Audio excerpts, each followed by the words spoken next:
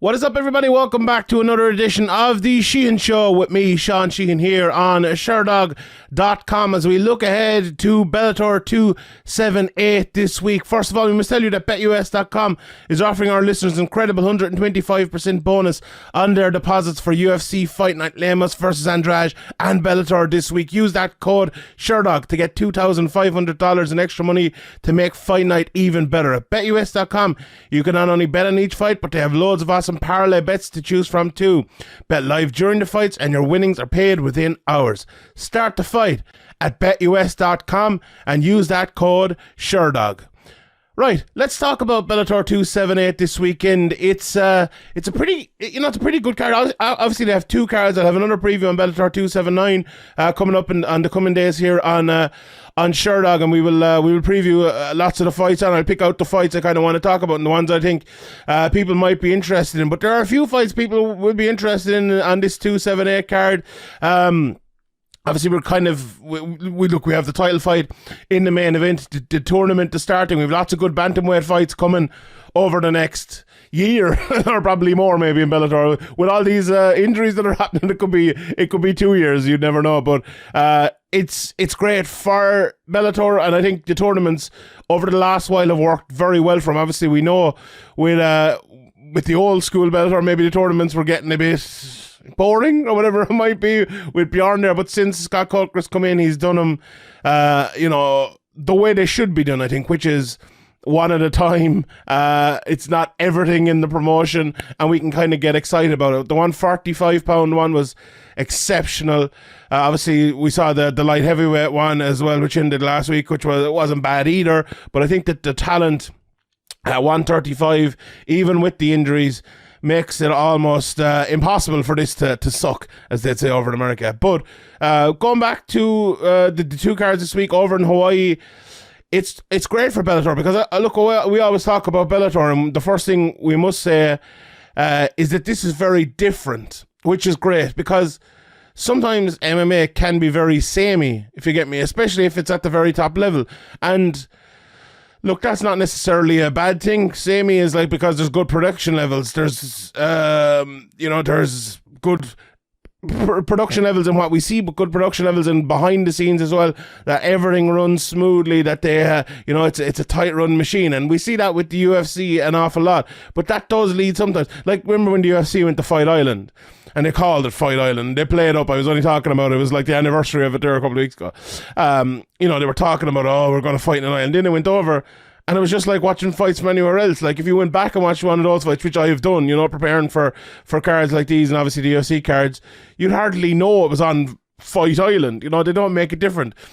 I feel like Bellator do when they do that, and just being in Hawaii, going to Hawaii, something the UFC they haven't done yet in modern times anyway. I don't know about years ago, but it's different, and I hope they make it different. I hope they play it up. I hope they have like little, maybe even like video packages from the beach or whatever it might be, and bring BJ in there or whoever it might be. Just make it a little bit different and do something a little bit different. And I feel like Bellator do that at times, and I know in Ireland when they come here the cards feel very different, and a lot of that I suppose is to do with the crowd and the fighters as well, the local fighters, and they obviously have some local fighters here as on these cards as well. Even kicking off the card with Cooper versus Perry. If you were to ask me about the Irish people on the Irish cards, I'd be able to tell you, right, this is this guy in Sinead Kavanagh or Liam McCourt or Peter Queally, whoever it might be, or even the up and comer, say like a Danny Neal Danny McCormack now. I always I used to get Neal wrong, I'm getting McCormack now as well. But the next level, even the Derek Kellys and stuff, those people, I feel like they're putting them on these cards and they're doing a great job of it as well. And that kind of is very good, and that's what Bellator do, and that's the UFC do it a little bit, but the UFC maybe they can't do it as easily as Bellator, if you get me, because they have so many places to fill and so many cards. And if they go to, say, a place like Ohio a few weeks ago and they put Matt Brown on the card, it's great, Matt Brown's from Ohio, but like who else from Ohio is on? They're not signing lads from Ohio just to put them on the card, whereas Bellator, they do that, they bring people back in, and I think they do a great job of that. So hopefully they'll make it different. Hopefully they'll make it an experience, and the 2 cards over 2 nights is something that's very, very interesting as well. All right, let's get into some of these fights. Look, there's a couple of standouts for me on the undercard. Erik Perez is coming back here, and he's fighting CJ Haamilton. Like, Erik Perez has had a very interesting time of it since I suppose he left the UFC. He was supposed to fight Brian Moore, Ireland's own, there not too long ago. And that fell through. But like, if you look at it, he had a great time in Carmouche, Americas at the time, Carmouche Global now, fighting a couple of times in 2018. But if you look at his record, he lost to Toby Minch in 2019, he's only fighting 2019. Lost to Josh Hill in 2020, he's only fighting 2020. And won against Blaine Shutt last time out in 2021, back in May. So we're coming up on May again, it's the 7th of May, so it's almost a year since he fought again. So he's only fighting once a year for a guy who, it feels like he's the type of guy, the way he fights and the style he fights, that he should be fighting every week, kind of. And maybe that's actually contradictory what I just said there. But it doesn't feel like, at 32 years of age as well, at the lighter weight classes, with this is his 29th fight, it feels like he needs to get going a little bit more and get into his rhythm and get into his get into his career and take it to the next level if it's going to get to that next level. And against CJ Haamilton, a guy with a similar enough record, 15-9, 24 fights there. He fought in, Carmouche as well. No, he actually didn't. He fought these last 2 in Bellator. Look, anyone who comes up against Magomedov, we know what's probably going to happen to them. But he's lost to Casey Kenny in the Contender Series back in the day as well, and he was on a great run coming into that with 6 wins in a row. So it'll be an interesting matchup here, I think, for a guy like Haamilton, who he's good all around, but is maybe not the biggest finisher in the world. 9 of his 15 wins have gone to a decision. I think it's probably going to be a close back and forth fight with Perez. Perez is the type of guy, he will throw in a takedown, but he likes, he likes to stand and bang. And maybe Haamilton can kind of, maybe he can take advantage of that a little bit. But I'd fancy Perez, and I think maybe over the distance, it'll be a good matchup for him. But you never know. You never know when a guy is fighting. He's only fought twice in the last 3 years. It's very, very difficult to know. But look, it's always fun to see him there. Weber Almeida's on this card again against Fabricio Franco. Dante Shirko against Scotty Howe as well is on the undercard. And one guy that really, really stuck out for me, Tofiq Musayev. If you don't know him, or if the name doesn't kind of stand out, this guy is 18-4 in his career. He lost last time out to Roberto de Souza, but before that, look at some of the names he's beaten. Patricky, Fahea, Johnny Case, Damian Brown, Darren Cruikshank, obviously fighting over in Risen, and this is the first time he's coming over to fight on American soil, I believe, and in Bellator anyway. But the names he has on his record, that record itself is, it says a lot. I went back and I watched that Patricky fight, and he's a damn good fighter. A damn good fighter. He's a southpaw, but he changes stances an awful lot, and he's a very good wrestler and great ground and pound, but looks for it. He's not one of these guys that's just, blast double in the middle of the cage and takes you down, and that's that. He's a smart, intelligent fighter. I really enjoyed watching his fights, and I think he could cause damage in Bellator, fighting some good guys there, and fighting, at, whether it's at lightweight or whatever weight class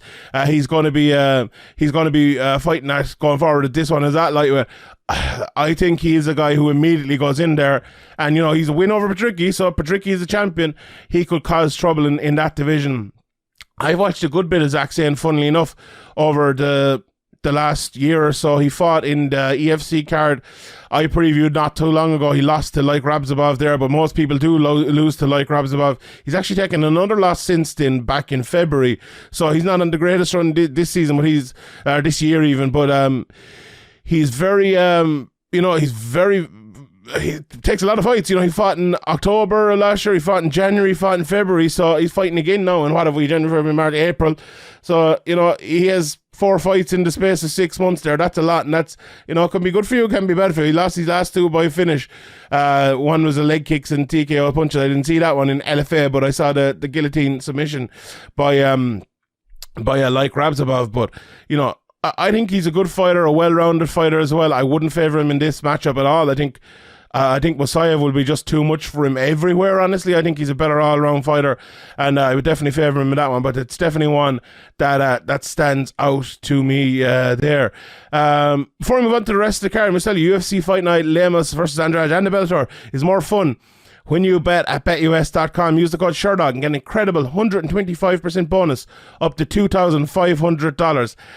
Andrade is the favourite at the moment, so get in now or even choose to bet to win via TKO or KO to increase your winnings.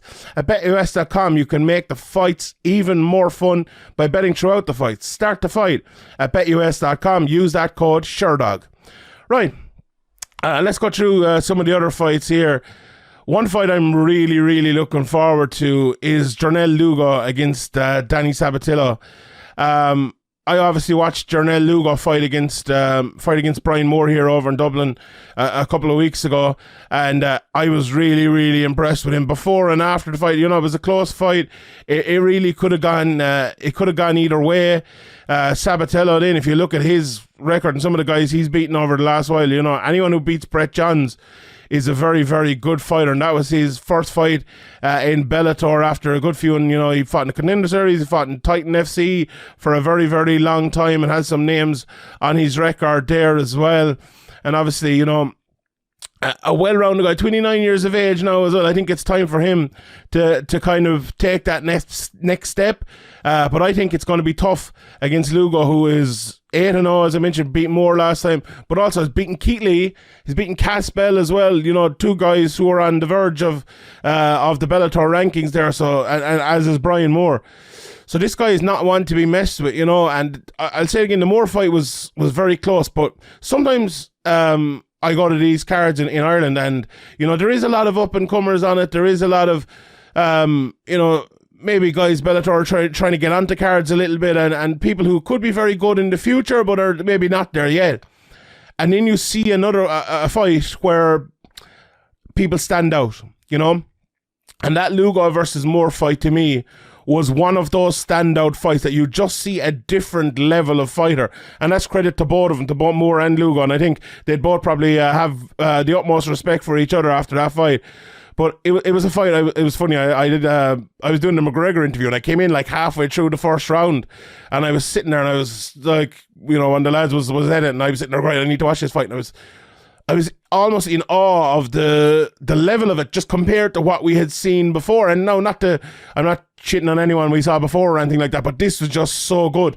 And it was funny, I was actually talking to Brian Moore and John Kavanagh briefly afterwards as well, and that's exactly what I said to him, and John kind of said, yeah, that was exactly it. It was a high level fight, and I think Lugo is one of these guys that maybe is a little bit under the radar in this tournament and in that Bellator division, all told, because as I said, I spoke to him before the fight, and I think we spoke after the fight as well. And my memory's bad, but he speaks very, very well. But he's not, he's not a guy that maybe stands out in terms of personality or someone who's going to give interviews that are going to lead to like clickbaity headlines. He's the type of guy I like to interview, where he'd have a good chat. He says something intelligently about his, not just his game plan, but his opponent. And I actually I asked him beforehand about I watched 2 of his fights. One was against Contiverius Romanos in standout fighting tournament back in 2020, and he fought as a southpaw in that. And then in a couple of his other fights, he fought orthodox, and like, it wasn't switch stances or anything like that. Well, he does switch stances, and he's a very good switch stance fighter. But he came out fighting that way, and I asked him, like, which way are you going to fight this weekend? And he was like, well, you know, I don't decide till I get in there. And I was like, really? And he was like, no, I do. So he's one of those fighters. He thinks about it an awful lot. He's intelligent. You could see, I could even see it in his face when I asked him that question. He's like, okay, you kind of popped me there. So people can actually see kind of what I'm doing. And, you know, Brian Moore obviously saw that as well. And I asked him about that, and he was, you know, he said that as well. But that's something Sabatello will really have to look out for. Like, if you're, let's say you see him, you watch that fight, and you plan for a southpaw, and next thing he comes out and he fights orthodox, or you're planning for an orthodox fight and he comes out and fights southpaw. Now, that's in lots of fighters' lockers these days, don't get me wrong. But Lugo, for an 8-0 fighter who hasn't a load of tape at him now, he's a good few decisions and stuff as well, but, you know, not all of them in Bellator and things. It's a very dangerous weapon for him to have, but it's a very, very dangerous thing for an opponent to have to plan for. So that's definitely something Sabatello will have to look out for. I'm definitely favouring Lugo in that fight. I think he'll win it, and I'm looking forward to it. Some of the other ones on it: Christian Edwards 5-1 against Grant Neal 6-1. You know, two up and comers in Bellator at the, you know, over the last while. Grant Neal obviously fighting out of the Genesis Training Academy. He lost last time out to Alex Polizzi, but he had a good win over Tyree Fortune before that. You know, having all but one of his fights in Bellator, and Christian Edwards, you know, at 5-1. He is, you know, fighting out of Jackson Winklejohn in Albuquerque. You know, he lost to Ben Parrish in that, you know, that fight. Maybe a lot of people didn't expect him to lose. So he said all of his fights in Bellator, and this is a big fight for him to see if he can come back and, you know, kind of bounce back and be that prospect people were expecting him to be. And it's very interesting to see if he can actually do that, and definitely want to look out for there. In the co-main event then, Enrique Barzola takes on Nikita Mikhailov. It's funny, I talk about Brian Moore an awful lot in this. You know, Mikhailov came into Bellator and he fought Brian Moore. You know, he's out of Fedor team, obviously, as we know.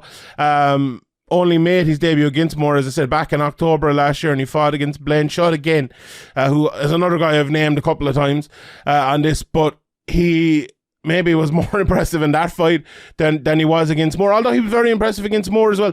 Like, you see a guy coming out of you know, a Fedor team like that, and then coming out of Russia, and maybe you think, oh, this guy is just going to be a wrestler and wrestling. And now he is a very good wrestler, but he can fight all around. I think he took that fight in Moore in short enough notice, and Moore won that third and won it very well. You know, he almost got the finish a couple of times in that third round as well. And it was one, if memory serves me correctly, it wasn't miles away from a 10-8. It could have been a draw, but maybe I'm remembering that wrong. But definitely the third round anyway kind of faded a bit. That might be something you'll be looking out for here, to see if Barzola can kind of take him long and do that, because Barzola is, you know, he's the type of guy who can go long. You know, he won in the third round in his last fight against Darian Caldwell, and, you know, he's gone the distance in lots of his fights. And you know, let me just look here: 1, 2, 3, 4, 5, 6, 7, 8, 9, 10 fights in a row he went to a decision, so he's plenty of gas, and he won most of them, you know, beating guys like Gabriel Benitez and in the UFC, and Matt Bizet. And, you know, like, Barzola's the type of guy, I remember watching him before his fight with Caldwell, and I think I might have gave him as one of my bets maybe, but watching his career in the UFC, I was surprised, you know, they let him go and they let Bellator kind of pick him up, because he is a guy who's exciting. You know, even though he's going to a decision a lot, I think he is a guy who you want to see, who is very, very technically good. He's a good defensive wrestler, and he can test a guy like Mikhailov, right? And this is exactly the type of test I think Mikhailov needs in his career right now. You know, at 8-1 with 2 Bellator wins, you beat a guy like Moore, you know, you're probably ranked, or you're right there in the rankings, and Barzola, I think, is probably the next step in that, to see where you go. I'm very interested. I don't know who will win this fight, honestly.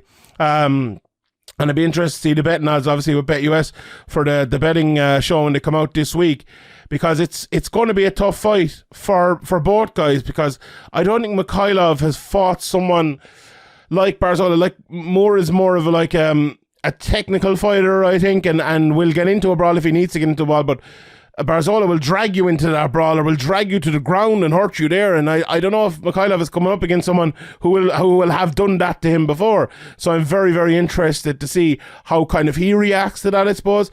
And I'll say it again, jiu-jitsu might be an interesting part of this, because, you know, Moore almost submitted him. His one loss in his career is by submission to a triangle choke. That was in 2017. Okay, it's 5 years ago as well, but it didn't 10 years ago, if you get me. So it'll be interesting to see maybe if Barzola is a guy who can maybe draw him into that. Maybe not a submission artist himself. He's only 4 submission wins in his career, but still, that's a fight that'll either be Mikhailov kind of either jabbing him up or taking him down and laying on top of him and dominating that way. But I don't think it will. I think it'll be Barzola kind of dragging Mikhailov into a place where he doesn't want to be dragged, if you get me. And that to me is an exciting fight, and that's the sort of fight that I will definitely be looking forward to. The main event then, let's talk about him.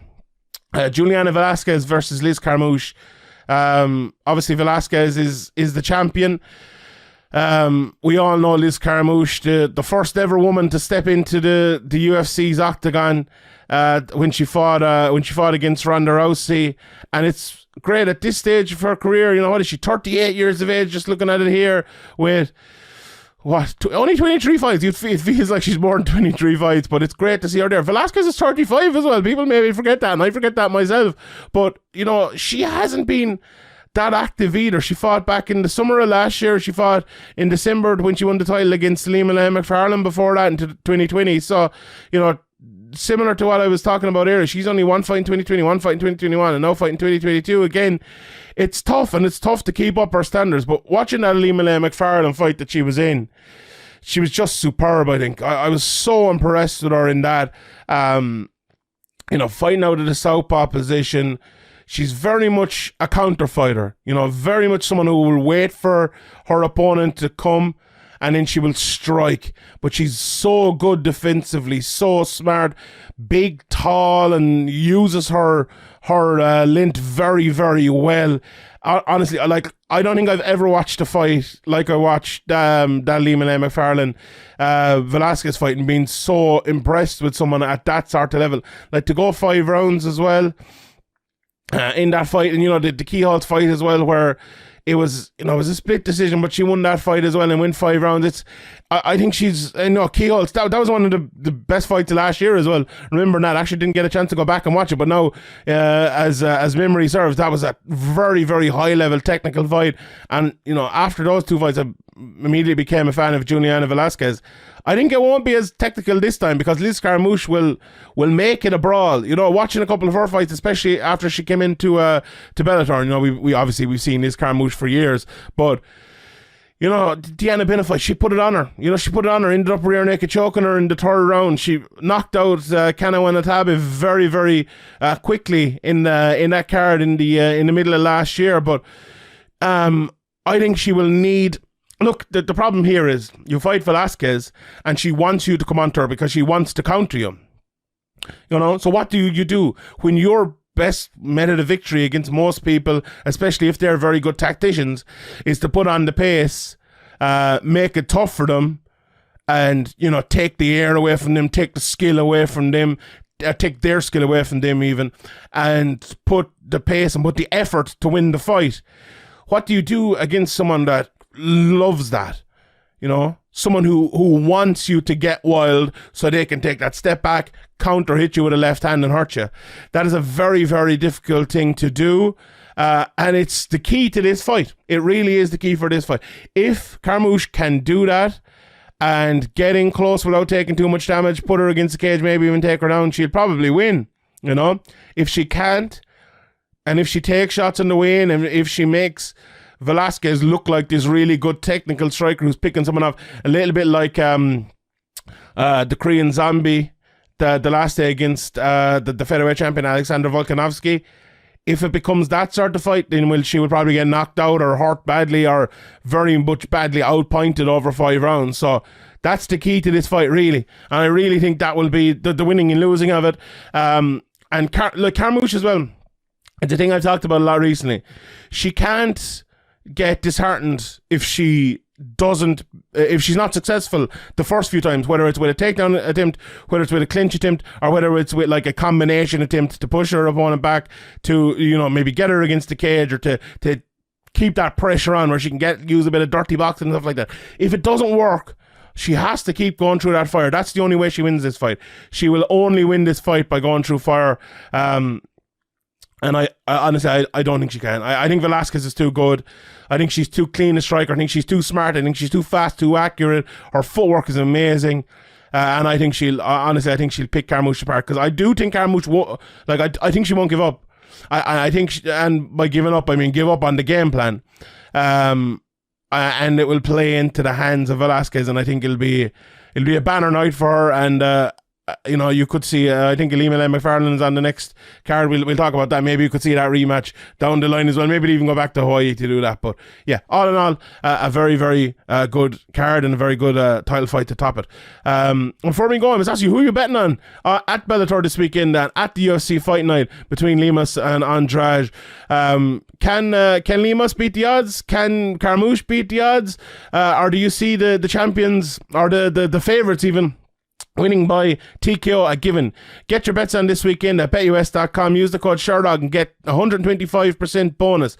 BetUS.com has been taking bets for well over 25 years, and there's a reason it's the #1 UFC sportsbook. With more betting options, live betting at games, BetUS.com is your new home for UFC betting. Start the fight at BetUS.com. Use that code Sherdog. All right, everybody, that's it for me. Sean Sheehan here for Sherdog.com, and I'll see you all next time.